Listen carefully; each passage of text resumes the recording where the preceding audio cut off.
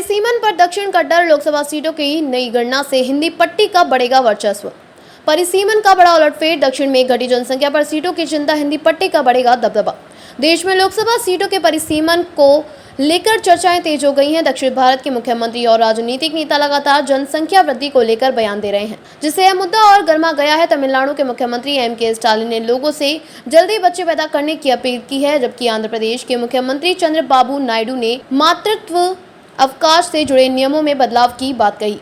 Telugu Desam party TDP के सांसद काली सेधी अप्पाला नायडू ने तो तीसरा बच्चा लड़की होने पर 50,000 रुपए और लड़का होने पर एक गाय देने तक की घोषणा दी है। दक्षिण के नेताओं के इन बयानों को सीधे तौर पर आगामी परिसीमन से जोड़कर देखा जा रहा है। 2026 में लोकसभा सीटों का नए सिरे से निर्धारण होने की संभावना है, जिसमें जनसंख्या के आधार पर सीटों का पुनर्वितरण किया जाएगा। इस बदलाव से हिंदी पट्टी के राज्यों का प्रभाव बढ़ सकता है और दक्षिण राज्यों की सीटें अपेक्षाकृत कम हो सकती हैं। हालांकि केंद्रीय गृह मंत्री अमित शाह ने हाल ही में कहा था कि परिसीमन के कारण दक्षिण की सीट कम नहीं होगी, लेकिन फिर भी इस पर संशय बना हुआ है।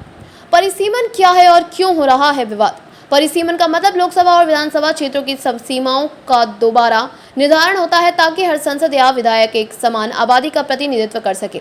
आखिरी बार 1976 में यह प्रक्रिया हुई थी, जब 1971 की जनगणना के आधार पर सीटों का निर्धारण किया गया, लेकिन इसके बाद 1981, 1991, 2001 और 2011 की जनगणना के बावजूद परिसीमन नहीं किया गया। 2002 में अटल बिहारी वाजपेयी सरकार ने संविधान में संशोधन कर 2026 तक परिसीमन को रोक दिया था। इस निर्णय के पीछे कारण यह था कि उत्तर और दक्षिण भारत में जनसंख्या वृद्धि की दर अलग अलग थी, जिससे दक्षिण को नुकसान हो सकता था। अब 2026 में यह रोक हटने के बाद नए परिसीमन की प्रक्रिया शुरू होने की संभावना है।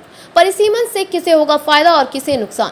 परिसीमन के बाद हिंदी पट्टी के राज्यों को लोकसभा सीटों में भारी वृद्धि हो सकती है। मौजूदा 543 सीटों की संख्या बढ़कर 888 हो सकती है, जिसमें उत्तर प्रदेश, बिहार, मध्य प्रदेश और राजस्थान जैसे राज्यों को सबसे ज्यादा फायदा होगा। उत्तर प्रदेश की सीटें 80 से बढ़कर 147, बिहार की 40 से 76 और राजस्थान की 25 से बढ़कर 50 हो सकती हैं। हिंदी पट्टी में कुल सीटें 216 से बढ़कर 398 हो सकती हैं। वहीं दक्षिण भारत की मौजूदा 129 सीटें बढ़कर 184 हो सकती है, जिसमें सबसे ज्यादा फायदा कर्नाटक 61% बढ़ोतरी और आंध्र प्रदेश 48% बढ़ोतरी का होगा। लेकिन इस वृद्धि की दर हिंदी पट्टी की तुलना में कम होगी, जिससे दक्षिणी राज्यों के प्रभाव में कमी आ सकती है।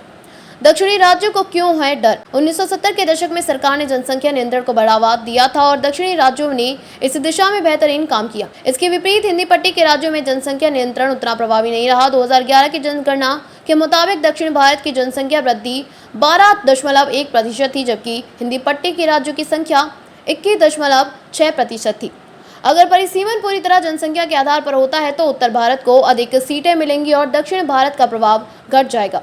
इसी डर से दक्षिण भारत के नेता अब जनसंख्या बढ़ाने पर जोर दे रहे हैं। बीजेपी को कैसे मिलेगा फायदा? अगर परिसीमन होता है और सीटों की संख्या बढ़कर 888 हो जाती है, तो लोकसभा में बहुमत के लिए 445 सीटें चाहिए होंगी।